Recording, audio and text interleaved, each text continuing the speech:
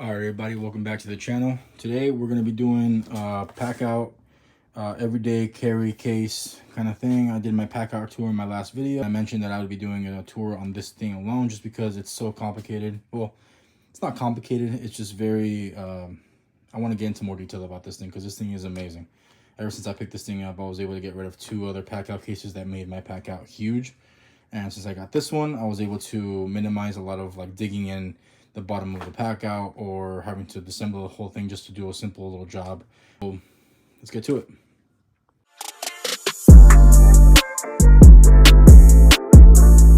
All right, so we'll start off with the simple side. On this side, I keep my tripod just for all the videos and the reels that I post and the shorts. Go check those out. I picked this up a couple weeks ago. So far, so good. I love it. My only gripe, honestly, is the fancy thing that they came up with this year for this Gen 2 is you put it in neutral and you tap it twice to go through the modes.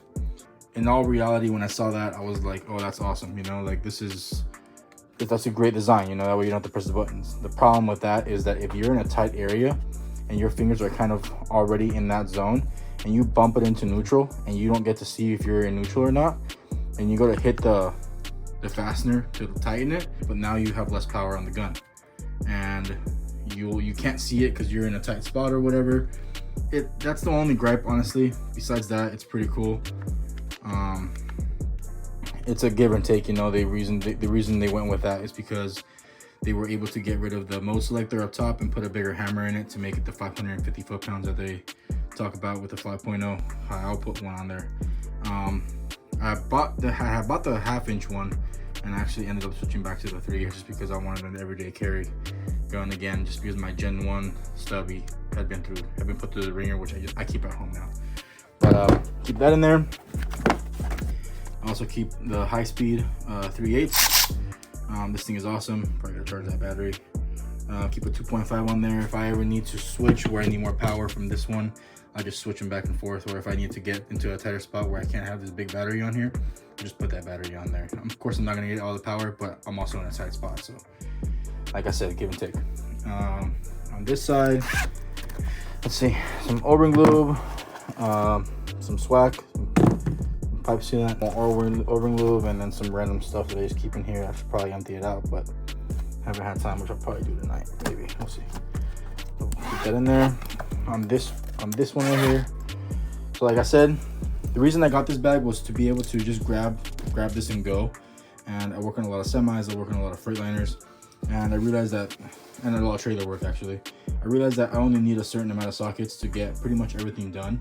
Of course, I still have to go back to the box and everything, but that's in the drawer, so that's not that important. But for the most part, you know, I have like a 15 millimeter.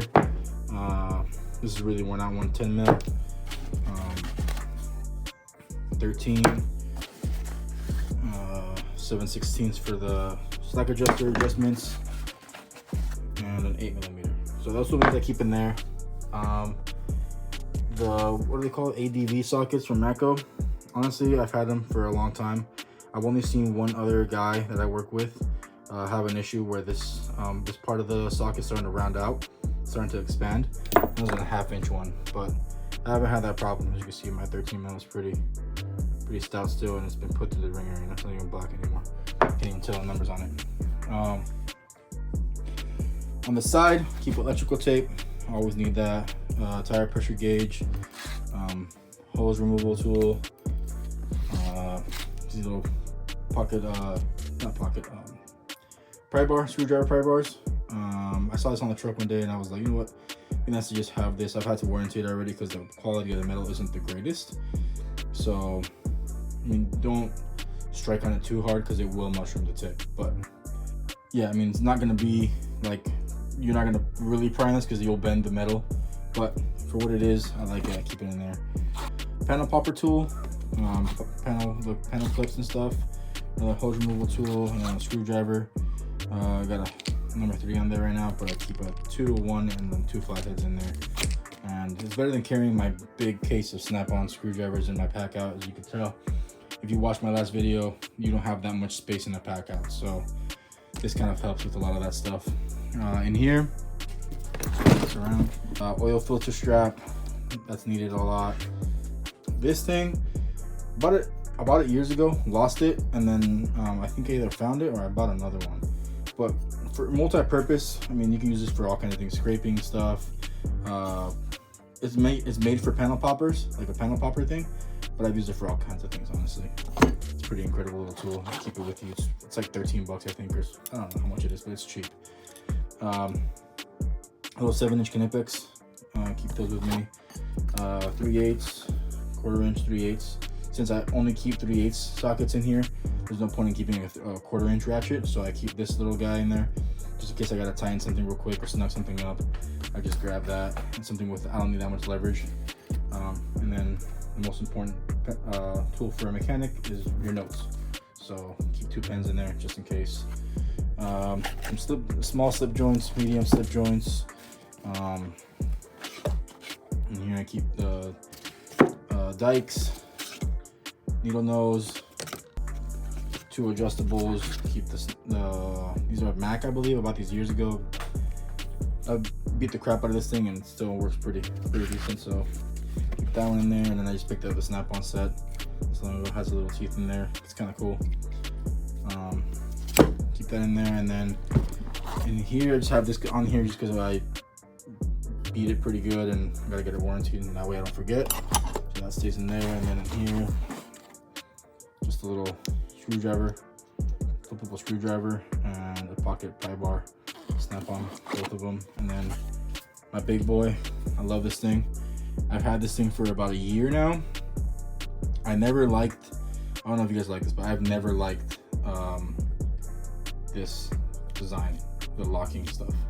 But ever since I got this has been my favorite ratchet. It's come in so handy, honestly, where I don't see myself going back to a regular ratchet. I mean, they all have their point, but I like these a lot, just because you can have it unlocked and locked.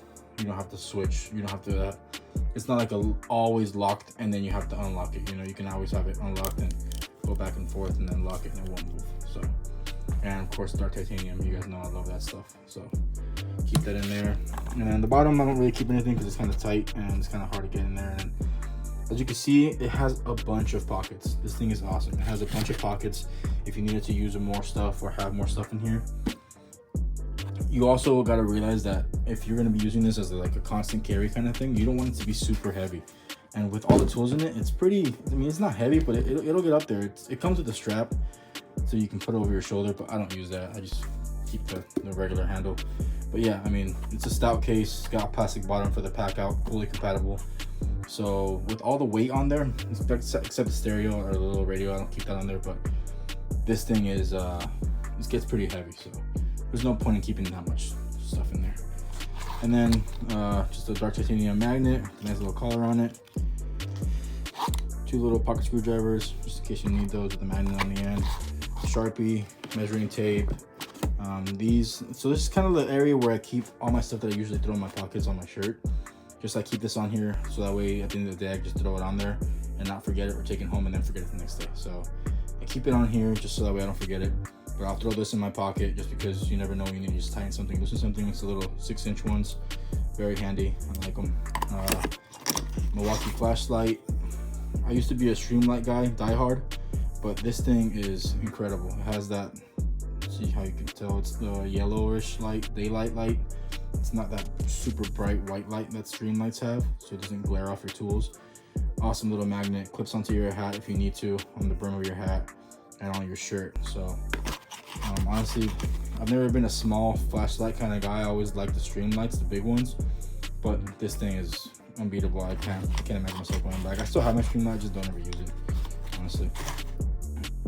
All right, so yeah, that's pretty much the gist of the whole everyday carry, constant carry kind of thing. Everything that I use pretty much on a daily basis is up here. That way I don't have to take, like I said in the beginning, I don't have to take apart the whole pack out just to do a simple job or look for a ratchet or a slip joint or some dikes. You know, you always be using that stuff, and it's awesome when you have it. That's pretty much it. Any comments? I mean, if you guys are thinking about getting it, highly recommend it, especially if you guys are in the pack out already, like in the pack out system. This thing is pretty damn neat. Little bonus clip. I just picked this up this week actually.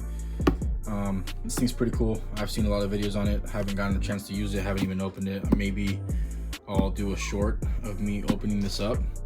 And you guys can go check that out, and then I'll probably put it on my Tahoe, see if I can adjust my tire pressure, because I noticed one of my tires is low. But I just picked this up. I mean, obviously in the shop you don't really need this kind of stuff because you have shop air and all that stuff, but this is like more for home. And I keep all my batteries I keep them at home, pretty organized. Having something like this just to avoid having to stop by the gas station to fill up your tires or something like that on your car. I'm not doing all that, you know, and I don't have a shop compressor yet, or a garage compressor yet, so this is the next best thing, honestly. I will eventually get a nice compressor for the garage, but also picked these up this week. Half-inch drive, 12-point pinless driveline socket set. I mean, pretty self-explanatory. I haven't had one of these in a long time. In my pack out, I do have just a regular 12-point half-inch socket. A little stubby one. I've gotten by with that for years, but it was time for me to get something like this, an upgrade to it. And you know, Mako has a lifetime warranty on it. Shout out to my guy Kevin. He hooked it up with the set, so I had to pick it up.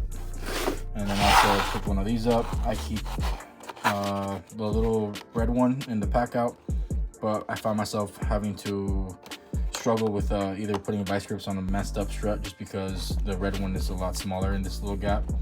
And this one has a little magnet in there, so you can just clip it on and you don't have to hold it in the position you want to, you know? So I picked this up too. That was a tool haul this week.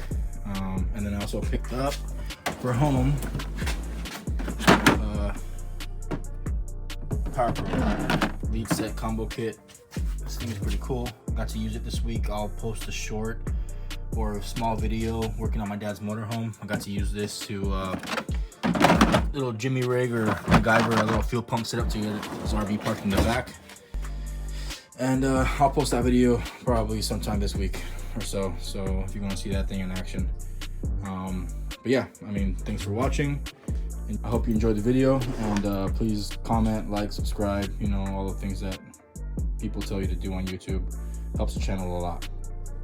All right, peace out.